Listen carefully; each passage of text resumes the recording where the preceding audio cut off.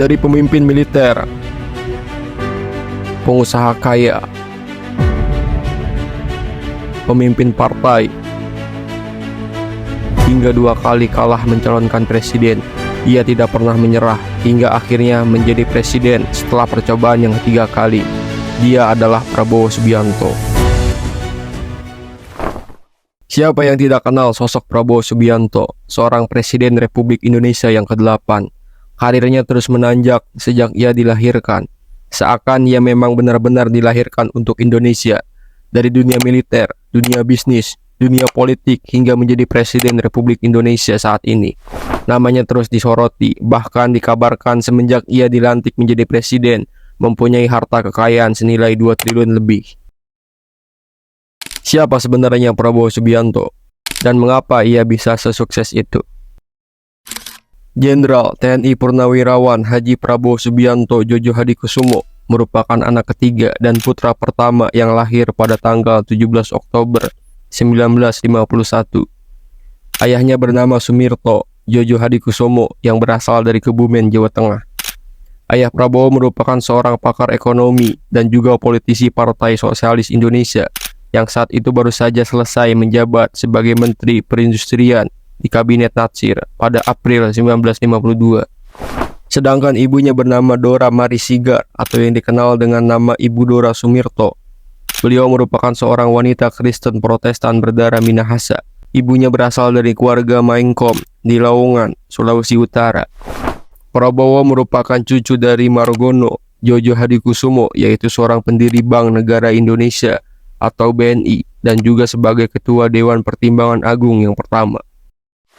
Keluarga Djodjo Hadikusumo merupakan keturunan dari Raden Tumenggung Kartanegara yang merupakan Panglima Laskar Pangeran Diponegoro.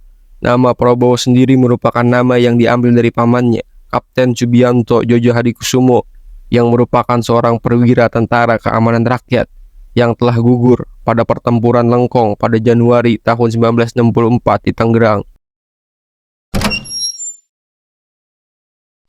Prabowo Subianto, seorang politisi sekaligus mantan jenderal militer Indonesia, memulai karirnya dalam bayang-bayang gelap perang dan operasi rahasia.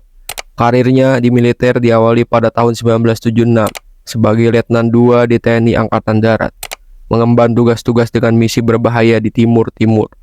Di usia muda, dia menjadi komandan peleton, mengatur misi penangkapan terhadap Nicolaus Reis Laboto, seorang pemimpin gerakan Fretilin. Pada tahun 1993, Prabowo kembali ke pasukan khusus yang kini dikenal sebagai Kopassus. Satuan khusus yang identik dengan operasi kontra-insurgensi yang mematikan.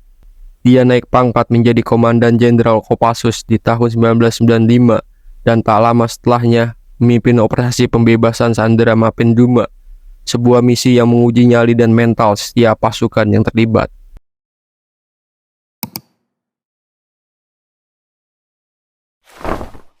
Setelah meninggalkan karir militer yang panjang, Prabowo Subianto memasuki dunia bisnis dengan tekad yang besar. Mengikuti jejak adiknya, ia membangun jaringan perusahaan yang luas dan beragam, yang mengokohkan posisi sebagai salah satu pengusaha terkaya di Indonesia.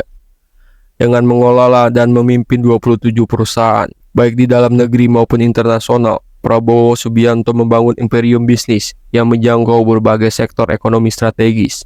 Langkahnya ini tidak hanya menunjukkan bakat kepemimpinannya, tapi juga memperlihatkan visi besar untuk memanfaatkan kekayaan alam Indonesia. Sebagai Presiden dan CEO PT Tidar Kerinci Agung, Prabowo Subianto memimpin salah satu perusahaan raksasa dalam bidang produksi minyak kelapa sawit. Perkebunan kelapa sawitnya yang luas tersebar di berbagai wilayah Indonesia, menghasilkan minyak yang menjadi komoditas ekspor utama. Melalui perusahaan ini, kekayaan Prabowo Subianto mengalir dari perkebunan luas yang tak hanya menguntungkan, tetapi juga menjadi salah satu simbol kekuasaannya di sektor agribisnis. Prabowo Subianto juga memimpin PT Nusantara Energi, perusahaan yang bergerak dalam berbagai sektor penting seperti migas, pertambangan, kehutanan, pertanian, dan pulp. Dengan perusahaan ini, Prabowo tidak hanya menambah portofolio bisnisnya, tetapi juga menguasai sumber daya alam strategis yang bernilai tinggi. Ladang-ladang migas dan tambang yang berada di bawah pengelolaannya tidak hanya menghasilkan kekayaan yang besar, tetapi juga memperkuat posisinya dalam perekonomian Indonesia. PT Nusantara Energi menjadi salah satu pilar utama kekayaannya, menghubungkannya dengan berbagai pasar energi dan sumber daya di dalam maupun luar negeri. Tidak hanya di daratan, Prabowo juga menguasai sektor kelautan melalui PT Jaladri Nusantara, perusahaan yang bergerak di bidang perikanan. Dengan armada kapal besar yang mengarungi lautan Indonesia, perusahaan ini menguasai hasil lautan yang melimpah.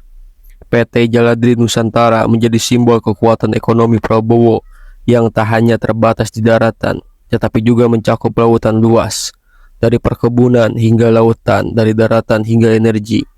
Prabowo Subianto telah membangun kekayaan yang kuat dan menguasai berbagai sektor, mencerminkan visi besarnya sebagai pengusaha berpengaruh di Indonesia.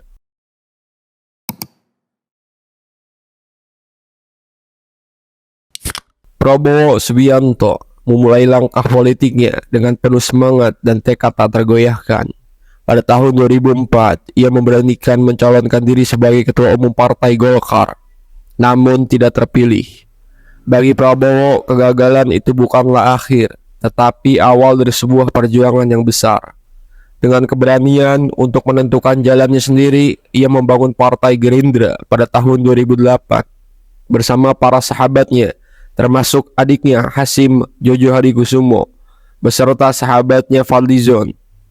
Terinspirasi oleh sejarah perjuangan bangsa dan visi para pendiri Indonesia, Prabowo Subianto membawa cita-cita memulihkan ekonomi berbasis Pancasila, sebuah gagasan yang menurutnya menjadi pondasi untuk kesejahteraan rakyat Indonesia.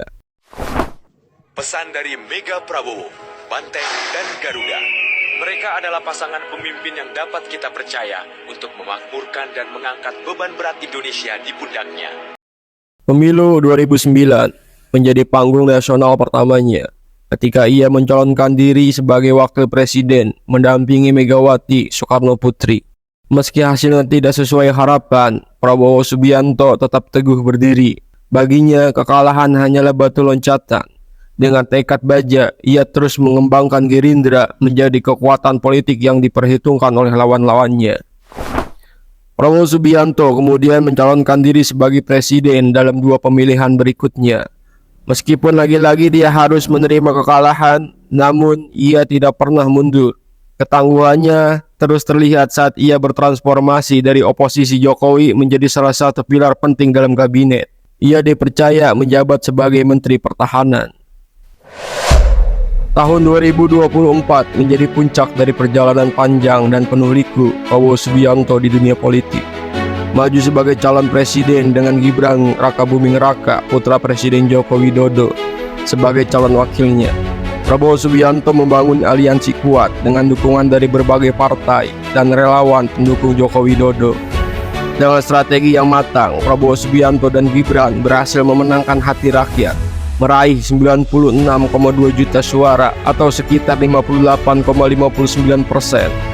Kemenangan ini bukan hanya hasil dari strategi politiknya, tetapi juga simbol perjuangan tanpa henti dan pengabdian panjang Prabowo Subianto untuk Indonesia.